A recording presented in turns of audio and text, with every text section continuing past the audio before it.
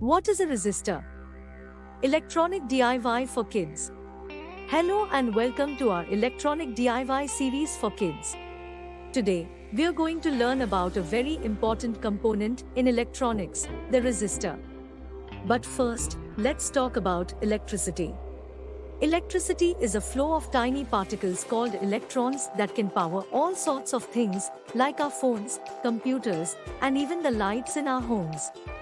Now, sometimes we need to control the flow of electricity in a circuit. That's where resistors come in.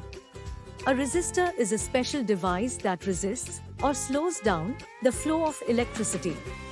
Think of a resistor like a tiny roadblock in an electronic circuit.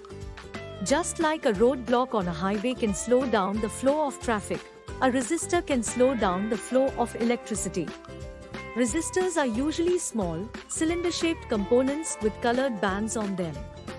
These colored bands help us know how much resistance the resistor has.